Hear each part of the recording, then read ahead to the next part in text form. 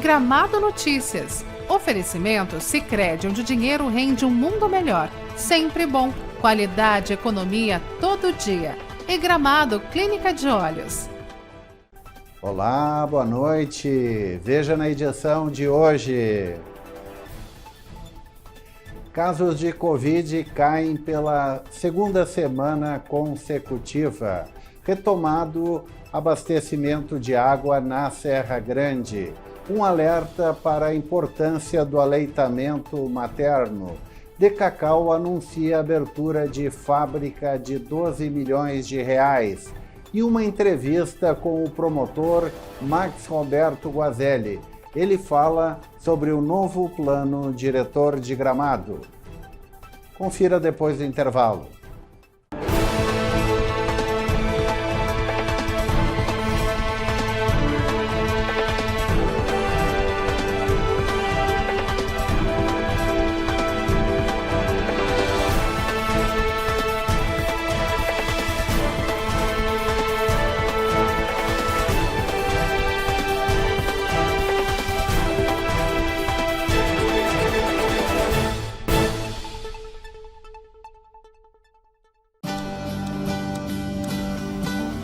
Economia é pensar no futuro.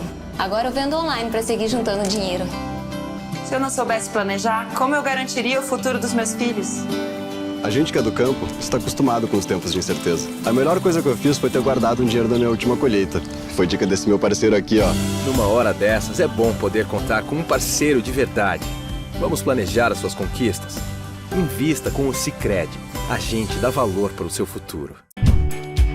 Qualidade e economia você encontra no Sempre Bom. Venha até a Avenida das Hortênsias, no bairro Avenida Central, e se surpreenda com as nossas ofertas. Descubra o Sempre Bom. Qualidade e economia todo dia.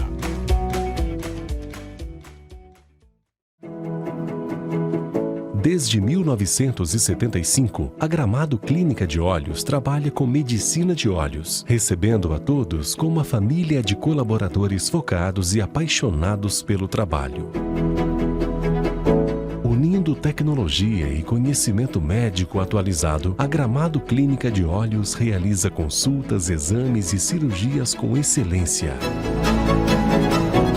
Estamos na Rua Santo Isidoro, 134. Entre em contato conosco. Gramado Clínica de Olhos.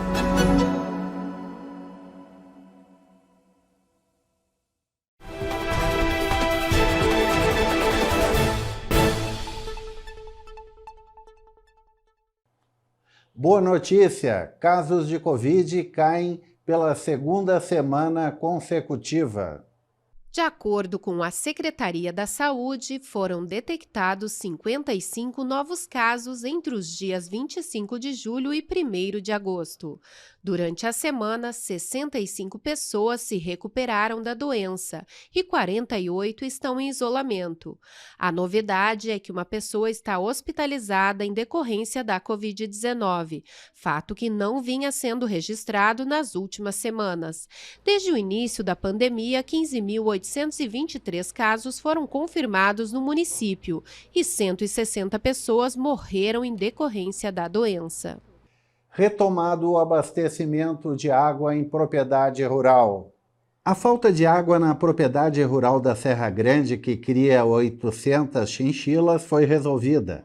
Em nota, a Corsã disse que o desabastecimento ocorreu por causa da queima de uma bomba em um poço artesiano profundo e afetou alguns imóveis que não têm reservatório interno. O abastecimento foi normalizado ainda na tarde de ontem. A matéria sobre o problema foi veiculada aqui na edição de ontem. Um alerta para a importância do aleitamento materno. A Secretaria da Saúde realiza este mês a campanha Amamenta Gramado, alusiva ao Agosto Dourado. A campanha foi lançada segunda-feira em um evento na Rua Coberta. O objetivo é incentivar e informar as lactantes sobre os benefícios da amamentação. O mês de conscientização da causa é chamado de Agosto Dourado porque o leite materno é considerado o alimento ouro para o bebê, sendo indispensável para a boa saúde da criança. Decacau anuncia fábrica de chocolate em Gramado. Com fábrica em Flores da Cunha, a Decacau Chocolates projeta aumento da capacidade produtiva com a instalação de uma fábrica em Gramado a ser inaugurada em 2023. A nova fábrica terá 2.000 metros quadrados e capacidade produtiva para 130 toneladas por mês. As obras devem iniciar em janeiro do ano que vem para começar a operação em maio. O investimento será de 12 milhões de reais, gerando 40 empregos. Confira agora a previsão do tempo para amanhã em Gramado e região.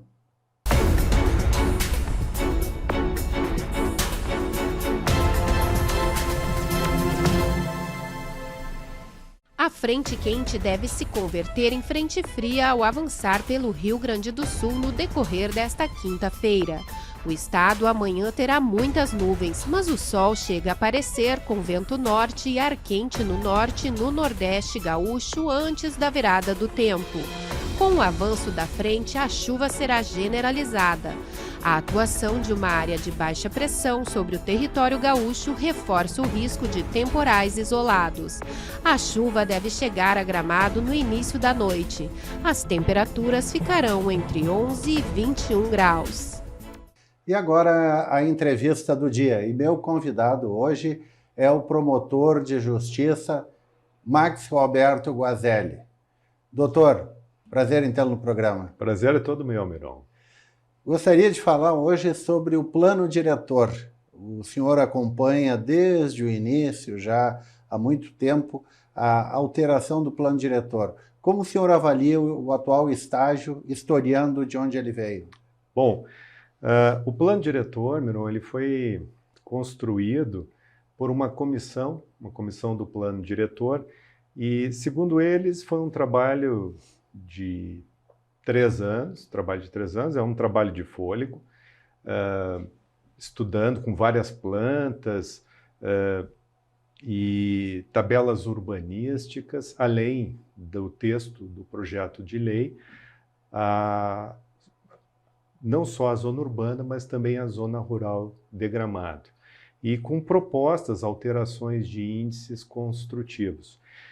Esse trabalho, inclusive, quando ele estava ainda no Executivo, eu conversei com os membros da comissão, já tinha pontuado algumas questões, principalmente com relação aos loteamentos e bairros com características unifamiliares, que mereciam ser preservados com tais características, e também algumas outras situações que eles levaram em consideração. Havia e ainda há várias questões que eu ponderei que deveriam ter uma análise ambiental, a impactação ambiental dessas mudanças, e precisaria de mais estudos, inclusive para fundamentar juridicamente alterações, e também uma análise jurídica do texto, porque inclusive para deixar mais claro para o município e para os empreendedores e também para os proprietários o que é possível com o imóvel deles. Então, são várias situações ambientais, jurídicas e também de infraestrutura e de urbanismo que precisavam ser complementadas. E é isso que agora, com encaminhamento à Câmara, se busca fazer com a Universidade Federal do Rio Grande do Sul, com a URGS e com a doutora Vanesca Prestes. O senhor tem acompanhado o trabalho da URGS e da doutora Vanesca? Sim, tenho. Eu que fiz a recomendação, o Ministério Público recomendou à Câmara de Vereadores a contratação da URGS e também recomendou a contratação da doutora Vanesca Prestes, e o presidente da Câmara, Renan Sartori, entendeu que realmente era importante essas contratações e são fundamentais. Inclusive porque esse plano, caso ele fosse aprovado da maneira como ele estava, no afogadilho, ele certamente sofreria ação de declaratória de inconstitucionalidade e se perderia todo um trabalho feito ao longo de anos por aqueles membros da comissão do plano diretor que dedicaram seu tempo na elaboração daquelas plantas, do texto e das tabelas urbanísticas. Seria o caso daquele item limitando o número de apartamentos por hotel em 150? Sim, são várias questões. Assim, por exemplo, o número, a limitação em 150, que eu até considero exagerada em razão das questões de infraestrutura da cidade. Eu acredito que não comporta mais prédios com tamanho, número de unidades, mas nós temos que ter assim a impactação disto, o estudo da impactação disto. Então, isso vai dar o fundamento jurídico para que o texto não seja derrubado numa ação declaratória de inconstitucionalidade, ou seja, nós vamos ter os argumentos para defender o plano diretor. Por exemplo, uma outra situação que a comissão do plano diretor colocou no texto, a Secretaria de Planejamento encaminhou, é com relação à área de entorno do Parque dos Pinheiros. O Parque dos Pinheiros é uma unidade de conservação e, como toda unidade de conservação, e principalmente aquela, tem uma zona de amortecimento, ou seja, há uma grande quantidade de recursos hídricos que vão em direção ao Parque dos Pinheiros. Essa zona de amortecimento, para ser trabalhada no plano diretor, ela deveria antes ter um plano de manejo. Acontece que o município de Gramado não fez até hoje o plano de manejo, embora ele esteja obrigado a fazê-lo. Isso causou uma dificuldade muito grande para o plano diretor, para esse projeto de lei. Então, os membros da comissão colocaram ali, alteraram aquela região, que era a zona de contenção de expansão urbana, para a zona urbana. Acontece como fazer isso sem o plano de manejo, porque o plano de manejo do Parque dos Pinheiros é que vai definir o que tem que ser respeitado de distância do parque.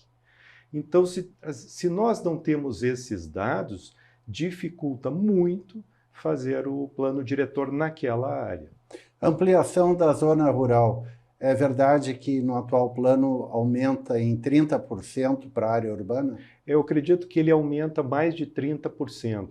Isso também é um complicador, porque o plano diretor foi encaminhado para a Câmara sem os dados da Corsan, relativos ao fornecimento de água e ao tratamento de esgotos. Assim, todos nós sabemos que o fornecimento de água em Gramado, ele sempre nos meses que a cidade está cheia, principalmente no verão, na época do Natal Luz, nós corremos risco de falta de água.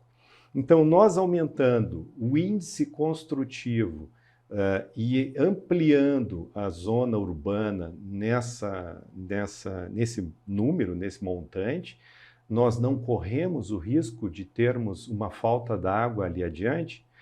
E com relação à questão da coleta de esgotos, todos nós sabemos que Gramado já há uma série de problemas com esgotos no centro da cidade, por exemplo, onde há muito entupimento das redes, ocasionado principalmente por gordura dos restaurantes. Então, imagina nós jogando mais esgoto em redes já saturadas, né, pelo aumento dos índices, o problema que isso ia causar, e além disso, com o aumento da zona urbana, com mais redes de esgoto, levando até a ET da linha, a estação de tratamento de esgoto da linha Ávila, ou a estação de tratamento de esgoto do bairro Dutra. Então, são essas situações, o fornecimento de água e a coleta dos esgotos, são duas situações que não foram encaminhadas para a Câmara de Vereadores com o plano diretor. Esses dados foram buscados pelo Ministério Público e obtidos há aproximadamente um mês e repassados à URGS para que a URGS pudesse compor com esses dados a análise do plano diretor. E como fica? Aumenta a área rural para a área urbana. o município, evidentemente, vai ter um custo maior porque tem que colocar equipamentos públicos. Como isso ficará agora dentro do plano diretor? Pois é, esse é um detalhe muito importante, porque até conversando com o presidente do Conselho de Plano Diretor, Ricardo Pessinho, ele comentou que a URGS assinalou para eles, para os membros da comissão, para a Secretaria de Planejamento, a possibilidade de ter uma espécie de um pedágio, digamos assim, porque a zona rural, ela sendo transformada em zona urbana, pelo Estatuto das Cidades, o município ele tem que prever uma série de equipamentos públicos para aquela zona urbana, né? Então, há um custo para o município. Por outro lado, aquela pessoa que tem uma área urbana, ela vai, caso transformada, aliás, uma zona rural, caso transformada em área urbana, ela vai ter um incremento no valor do seu imóvel 10 vezes, 100 vezes. Então, é evidente que esse gatilho para o que o município receba um retorno dessa valorização, até porque ele vai ter que investir em equipamento público, é algo bem importante para a cidade. Só isso já justificaria a contratação da URGS pela Câmara de Vereadores. Promotor Max Roberto Guazelli, muito obrigado pela entrevista. Mas eu que agradeço, sempre à disposição. Muito obrigado. Este foi o programa Gramado Notícias, que volta amanhã, 7h30, aqui na Gramado TV e também pelo canal 520 da NET para todo o Rio Grande. Uma boa noite. Gramado Notícias. Oferecimento Sicredi, onde o dinheiro rende um mundo melhor. Sempre bom. Qualidade e economia todo dia. E Gramado Clínica de Olhos.